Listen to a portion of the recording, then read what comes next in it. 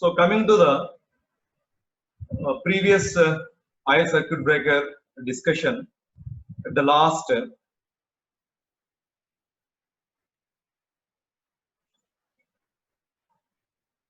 sensitive to TRV. That means here some important points you have to highlight in oil circuit breaker, air blast circuit breaker, as well as vacuum circuit breaker. There are some specialties. If you take the oil circuit breaker, here the post zero resistance is generally very low.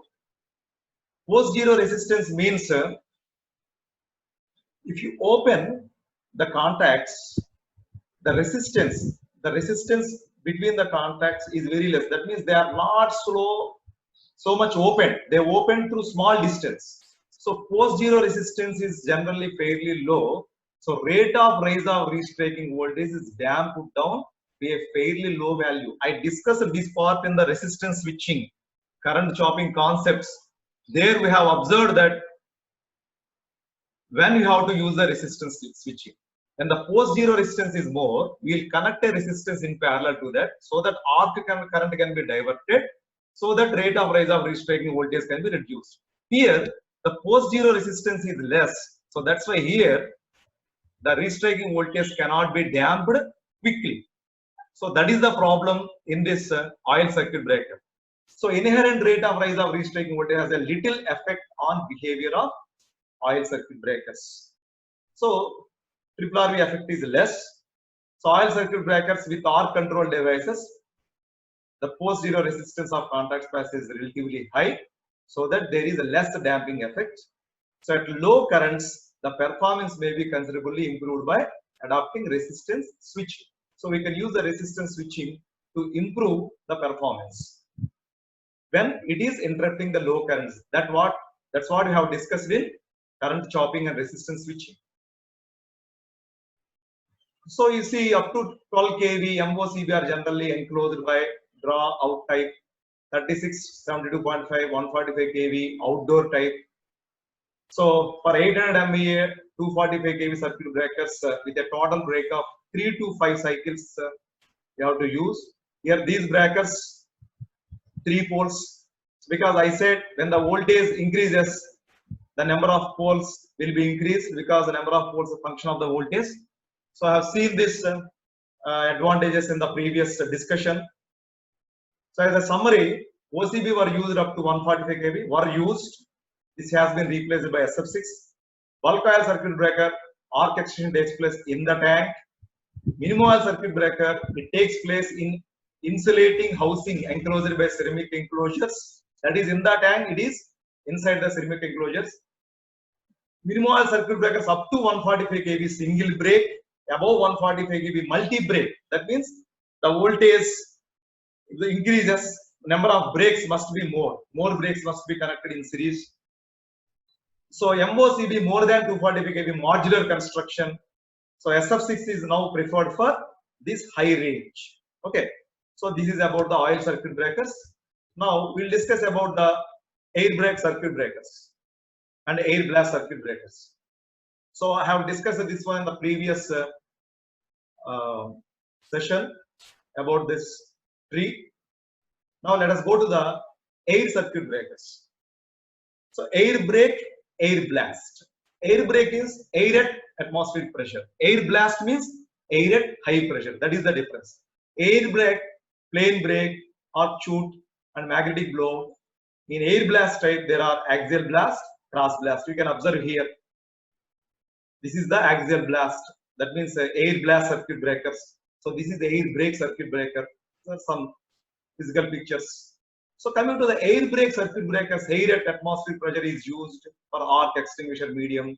The air brake circuit breakers. One who knows about the high resistance arc quenching, they can easily understand this. This is nothing but high resistance arc quenching principle. So you can see here, these are the main contacts. Okay. So when the contacts are open, then what happens? Arc, this is the arc, arcing contacts normally closed. When the arc is produced, this arc moves upwards by magnetic field. When the arc moves upwards, its length increases. When they enters into the this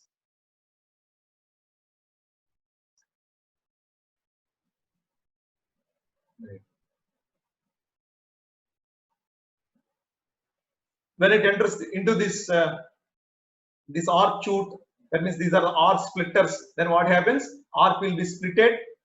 Then length increased, splitting, lengthening, and cooling the arc. This is the procedure. The same thing what we have discussed in the high resistance arc interruption that you can observe here in the air brake circuit breaker.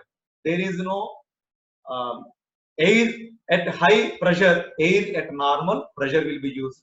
So these are used in DC and AC circuit breakers up to 12 kV. Magnetic field is utilized for lengthening the arc, the high voltage air brake circuit breakers. Here you can see some table for different ranges of currents and what are the different ranges of voltages, what are the air brake circuit breakers used, what is the relation between current and voltage and their ratings. So this is what I discussed, entire thing, the operation, how the arc moves upwards when the contacts get separated, when they enters into the arc splitters, it will be split and lengthened, arc resistance increases, and arc will be extinguished. This is the high resistance arc interruption is employed. One who knows about that, they can easily understand this one. Electric furnaces with large motors requiring frequent starting there. So construction of the air brake circuit breaker, if you see, normally the contacts are closed here and the contacts are opened, arc will be produced. It is with ionizer gases. This is the arc core. This we have seen in the arc initiation of the arc. So arc contacts are open, arc is drawn between them, and the surrounding medium consists of ionized air. By cooling the arc, the diameter of the core is reduced. Arc is extinguished by lengthening the arc, cooling the arc, and splitting the arc. This is what we discussed in the high resistance arc interruption. So you can see this picture also. This is normally the contacts are closed. Here the contacts are open. When the contacts are closed, there is no arc. When the contacts are open, along with these contacts, these arc runners also open. You can observe here. When these are open, these are also open. Then arc will blow upwards by magnetic action, electromagnetic field of action. Then it enters into this arc splitters, lengthen, and arc will be extinguished. So this is what explained in this slide. Arc is forced upwards by electromagnetic forces and thermal action. So all these process that I have explained, you go through this literature. Here you can see a different colored picture of this one. So arc extension in the air brake circuit breaker. This is what I explained. What is arc runner? What is the high resistance arc interruption? And how the magnetic field is produced? And what is the energy stored in the inductance in the magnetic field? This is what the theory. That's what we studied in the arc interruption process. So coming to the next level, air blast circuit breakers. So in the air brake circuit breaker, there is no special mechanism. That means the arc cannot be quenched quickly. In this air blast circuit breaker, we will store the air at 20 to 30 kg per centimeter square. Compressor air will be used for arc quenching. So compressor plant is necessary to maintain high pressure air. So before 1980s, from 11 kV to 1100 kV ABCP were used. 1950 to 1970, these are used for 220 kV and above. Now SF6 has occupied all these breakers, 132 kV and above. SF6 is more preferable. 11 kV and 33 kV. Now vacuum circuit breakers are preferred. This air blast circuit breakers are obsolete. So above rated, up to rating, rating of 33 kV vacuum circuit breakers are used.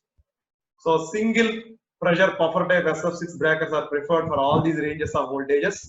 Air blast breakers were preferred for arc furnace duty and traction system because they were suitable for repeated duty, because there is no formation of the sludge just like oil circuit breaker, and these are normal air can be stored and used for blasting effect. That means quenching the arc.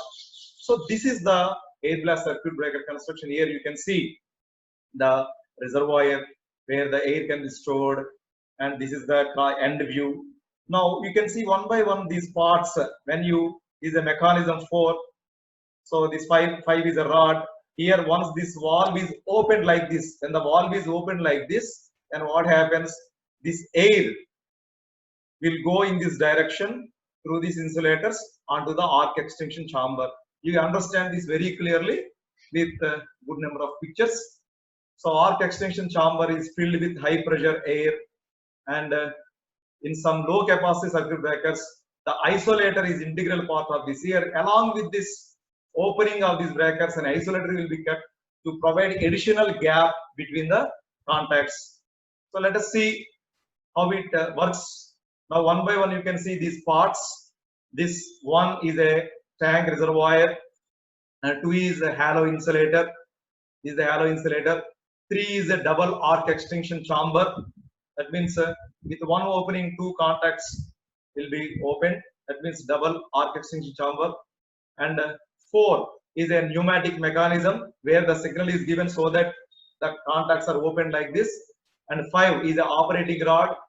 And 6 is a pneumatic valve. By opening this, the 3 valves will be opened so that air will go in this direction upward with high pressure. 7 is a fixed contact. You can see this is the 7 fixed contacts. 2 moving contacts are there here. When once the contacts are opened, there will be 2 breaks. Okay? That means 2 contacts will be opened. Next, 8 is a moving contact. This is the moving contact. And 9 is a connection for the current. This is the entering. This is the leaving. That means here you can see 3 breaks. 3 into 2, 6 breaks. Each will have 2 breaks. 3 into 2, 6 breaks.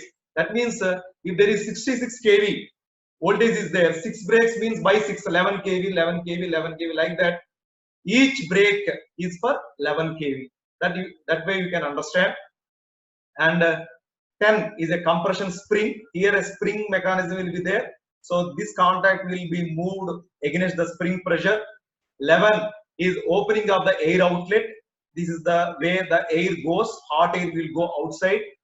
12 is a arcing horns optional. And 13 is a resistance switching. Here we are going to discuss separately about the resistance switching. As I said, resistance will be connected in parallel to the breaker opening. And 14 is a enclosure, and 15 is a port. So this is what we can understand. These are port 15. So here we'll discuss about each and every part of the operation quickly. Here you can see high pressure air at a pressure of 20 to 30 atmosphere stored in the reservoir. Air is taken from the compressed air. 3 halo insulator columns, item 2, are mounted on the reservoir. These are the 3 halo insulator columns are mounted on the reservoir with 6 valves, 6 at their base. These are the valves at their base. And the double arc extinction chambers, 3. Here every chamber has double arc extension. They kept mounted on the halo insulator. The current carrying parts 9. This is the entering. This is the leaving. They connect the 3 arc extension chambers in series and the pole to the neighboring equipment. There exists a very high voltage between the conductors. The reservoir, because very high voltage is there here, the reservoir should be insulated from these conductors with these insulators. That's why there are insulators between this arc extension chamber and air reservoir. You can see this color picture to understand quickly, clearly. So you see double arc extension chambers 3 are shown. Each extension consists of 1 twin fixed contact. Here this is twin fixed contact. So fixed contact has 2 sides, but terminals are there. Here 2 moving contacts. Moving contacts can move actually. This will move this side, this will move this side, so as to open or close. In the open or close depends upon the air pressure. When the air enters, then the air moves this contact against the spring pressure. So when the air should be entered, that depends upon the pneumatic mechanism. That means once the relay operates, then what happens? Once the relay operates, definitely that signal is given to this. Once this breaker is opened, air at high pressure will go into this chamber so that these contacts will move against the spring pressure. That is the breaking, opening of the circuit. Okay. So valve 6 opens so as to send the high pressure air into through the halo insulator So high pressure air rapidly enters the double arc extinction chamber. It enters here.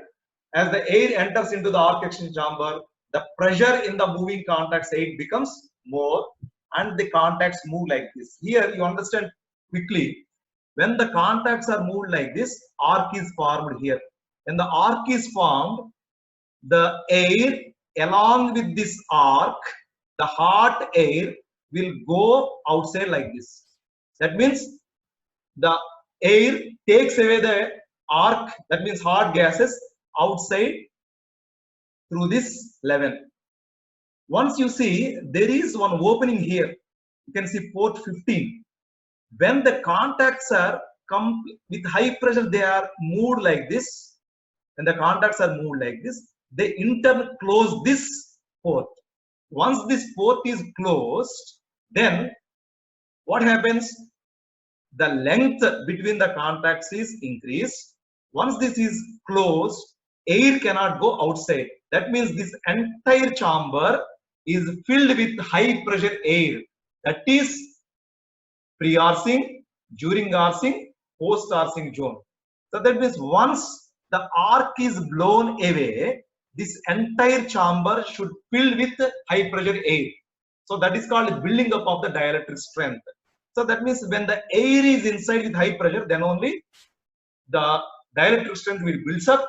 Then it is more than the restriking voltage, then arc will be extinguished. That is the mechanism inside this. Once the arc is cleared, then what happens? Automatically, the pneumatic mechanism 4 will get a signal that will be closed. When the 4 is closed, then air won't enter through the insulator, and then no air will come from this side. When the air won't come from this side, what happens? Okay, so when the air from this side is stopped, then what happens? The pressure inside the cylinder will be reduced. When the pressure inside the cylinder is reduced, then it will be closed. Slowly, the spring pressure is more than the air pressure. Therefore, the contacts will be closed and it comes to normal position. So this is the principle behind the air blast circuit breaker. I think you understand all this theory, what is given here. So what is the summary? High pressure air is forced on the arc through nozzle at the instant of contact separation. Ionized medium between the contacts blown away. The blast of air. Arc extension chamber filled with high pressure air prevents restrike. Low capacity circuit breaker. Isolator is integral part, because if you want to increase the gap between the contacts, you must open the contact still furthermore, so that the contact gap is filled with high pressure air. That's why for low capacity breakers, isolator is required. So in the EHV switch yards, isolators are independently mounted. So one important thing is switching resistors, equalizing capacitors are generally used in this air blast circuit breakers. What is the purpose of this one? Closing resistors are connected across the interrupter unit for limiting the over voltages during closing operation, as we discussed in the resistance switching. Opening resistors are connected across the interrupter units to make the circuit breaker restrike free. Switching resistors reduce the transient voltage. That's what we discussed in the resistance switching. We'll discuss again now. In the multi-unit breakers, grading capacitors are connected across the interrupter unit for the equal distribution of the voltage between the units. Because when there are number of units are there, to divide the voltage between the different breakers, capacitors, grading capacitors will be used. You can see number of breaks. For 66 kV, 2 breaks are enough. 33, 33. For 132 kV, 2 to 4 breaks, either 66, 66 or by 4, 33, 33, 33, 33. For 220 kV, either you can go for 2 to 6. Okay, 2 to 6 breaks can be used. It all depends upon the rating of the breaker. So since there exists very high voltage between the conductors and the air reservoir, the entire arc extension chamber assembly is mounted on the insulator. So principle of arc quenching. What is the main principle behind this? Needs auxiliary compressed air, which is stored in the reservoir. For opening operation, air admitted in the arc extension chamber, it pushes away the moving contacts. In doing so, contacts are separated and air blast takes away. First, air blast takes away the arc ionized gases. along, and if we go outside, within 1 or 2 cycles, arc is extinguished. Once the arc is extinguished, then when the contacts are fully opened, the gap is filled with high pressure air so that the dielectric strength will build up. So this is the principle behind air blast circuit breaker. So this one we can see axial blast. Here this is the pressure P1, pressure P2. Here axial blast, the high pressure, the gas is entering from P1 to P2 and it takes away the arc. So this is the one we can observe with the different pressures, how the arc is taken away from this. Okay, this is high pressure, this is the low pressure. With the supersonic velocity, with the heavy noise, you can see in the air blast circuit breakers, you can observe heavy noise nearby that, because air is going outside with through small nozzle, just like hissing sound we can observe, because it is a noisy circuit breaker, unlike vacuum or other breakers, oil breakers.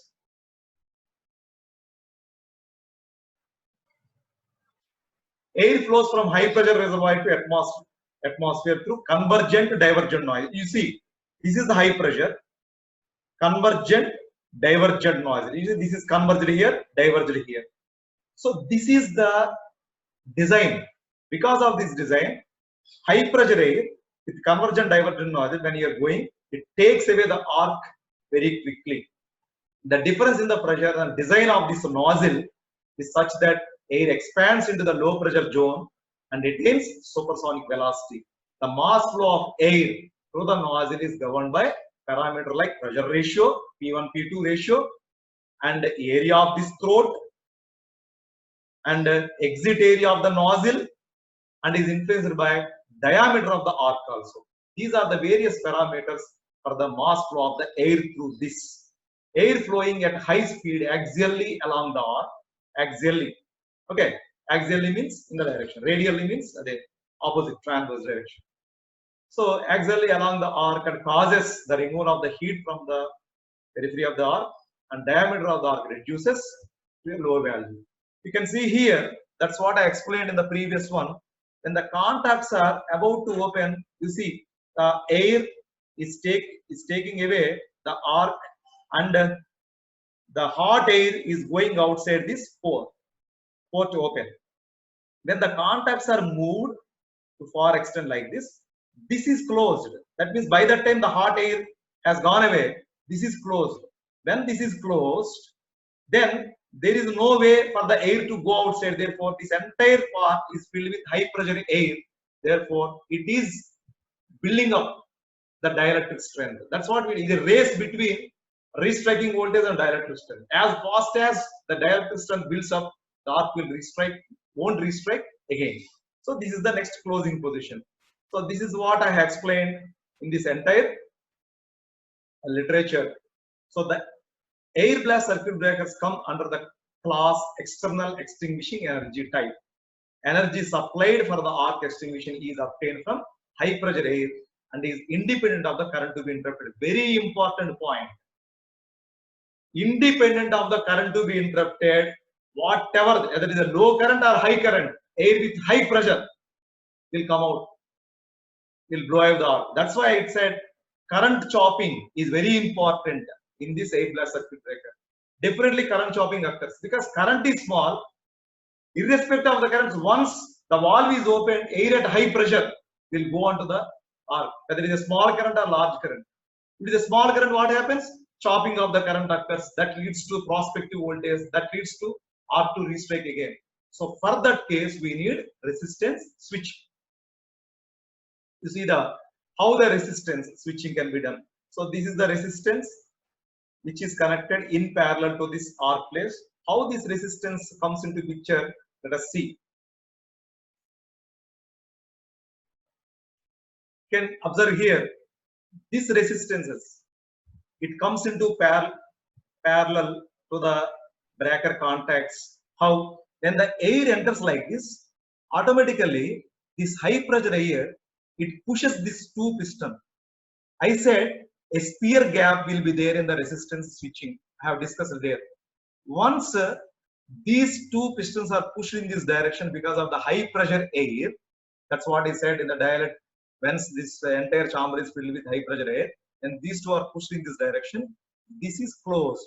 Once this is closed, this resistor will comes into parallel to this brake. So that is the way the resistance comes into parallel. So till what point these resistance will be in parallel? Till the air at high pressure will be there in the chamber, in this extinguisher, arc extinction chamber. Once the air from this chamber stopped, then what happens? Automatically the pressure inside the chamber reduces. Therefore, these two contacts are opened. Therefore, this resistance, what is connected in parallel to the breaker, will be opened. That's what we said. Whenever the arc is existing, the resistance should be connected in parallel. Once the arc is cleared, the resistance can be disconnected. This is the mechanism in the air blast circuit breaker. So that's what we have discussed here. What is resistance switching? So high restriking voltage appearing across the contact does not dampen though the contact gap because of the high post zero resistance. So for that case, we need to connect the resistance in order to minimize the current chopping effect. So what is the explanation I have given? The V-shaped insulators and resistance are connected in parallel. That is all given in this literature. So you can see these are ceramic resistance. These are ceramic resistance of non-linear characteristics. This is very important. Similar to those used in the lightning arresters or used for resistance switching. Non-linear characteristics means so linear characteristics means as the voltage increases, current increases. Voltage decreases, current increases. Here, whenever the current is there, resistance comes into picture. Whenever the current is reduced, then what happens? Resistance will be open. So that is non-linear characteristics. As current reduces, the resistance offered by non-linear resistance increases, causing the greater drop across the resistors unit. Thereby, voltage available for the arc between the contacts is no more sufficient. That means restriking voltage, prospective voltage. It is less than the withstanding capacity voltage between the auxiliary contacts. Automatically, the arc will be extinguished. So this is resistance switching. This is one of the important points you have to understand. Here, as I said, there will be two types of blastings. One is axial blast, and the other one is cross blast. Axial blast we have discussed with the different pictures. Here you can see an air reservoir is there. Air valve is open. Once this valve is open, air enters in this direction. Then air enters in the axial direction, in the direction of the arc. Here we can see this is the movement of the one of the contacts with this piston. And here we are going to have a separate isolator in order to increase the gap between the contacts. Because if you increase the gap between the contacts, arc resistance is increased, therefore arc will be extinguished quickly. So these things are discussed in these points. Here you can see this is the axial blast. That means in the direction of the arc, the gap air will be flown. Here we can see some important points. The interruption must take place at the first current zero.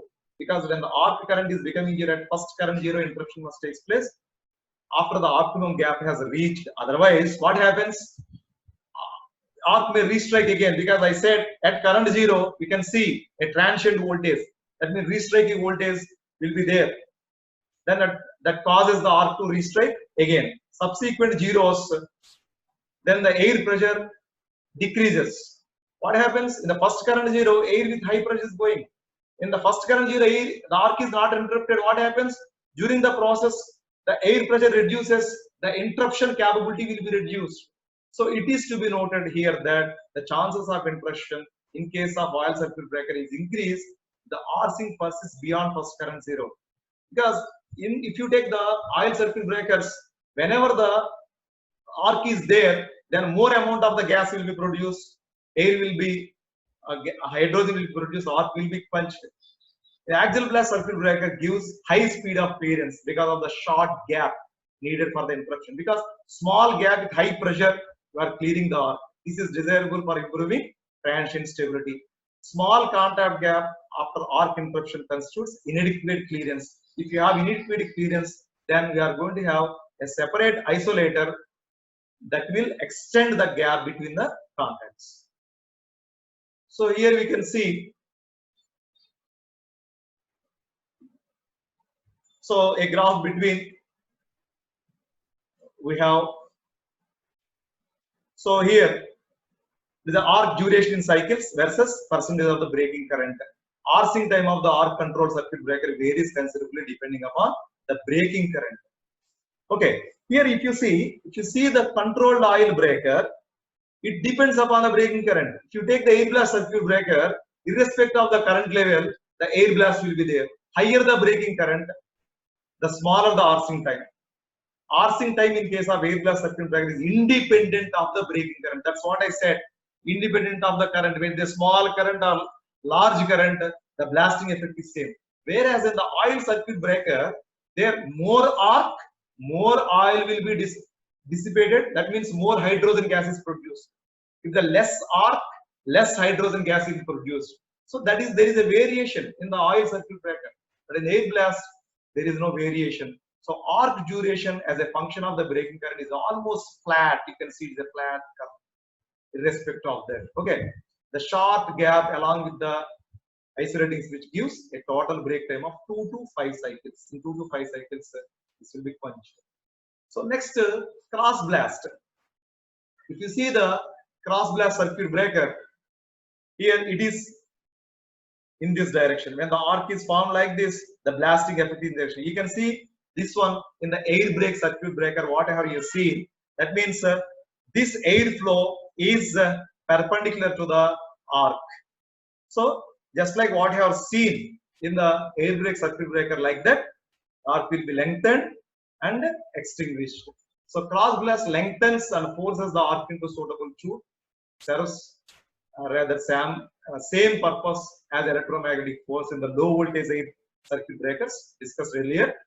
Final arc interruption gap is good enough to provide the normal isolation clearance, so that series isolating switch is unnecessary. The previous case we have seen, gap is to increase the gap, a switch is required, separate switch is required to increase the gap so that more blasting effect can be done. But here, because already the arc is elongated and splitted, there is no separate isolating rod is required.